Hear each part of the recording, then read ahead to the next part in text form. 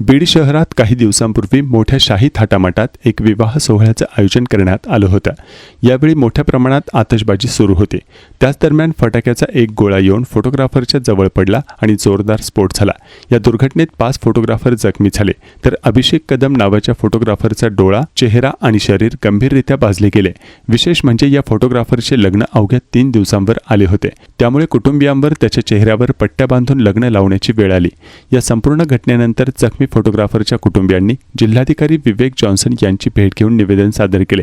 भविष्यात अशा घटनांमुळे कोणाचेही आयुष्य उद्ध्वस्त होऊ नये यासाठी लग्न आयोजक, इव्हेंट मॅनेजर आणि फटाके उडवणाऱ्यांच्या विरोधात कठोर कारवाई करण्यात यावी अशी मागणी त्यांनी केली आहे। या निवेदनामधून एवढी मागणी आहे सर, माझा मुलगा फोटोग्राफीचा व्यवसाय करत होता। तो काही दिवसापूर्वी आशीर्वाद मंगल कार्यालय येथे त्याचं शूटिंग करत असताना जी फटाके फोडण्यात आले, तिथं जे फटाके फोडणाऱ्याला कसलंही अप्रशिक्षित फटाके फोडणारे तिथं होते, इव्हेंट मॅनेजर होते। यांनी तिथं फटाके फोडल्यामुळे पब्लिक प्लेसमध्ये येऊन 5 लोक जखमी झाले। त्यामध्ये माझा मुलगा हा गंभीररित्या जखमी झाला। त्याला संभाजीनगर येथे उपचारासाठी हलवण्यात आलं आहे। आणि माझ्या मुलाचं 3 दिवसावरती लग्न होतं। 3 दिवसावरती लग्न असल्यामुळं मला ते लग्न करणं आवश्यक होतं।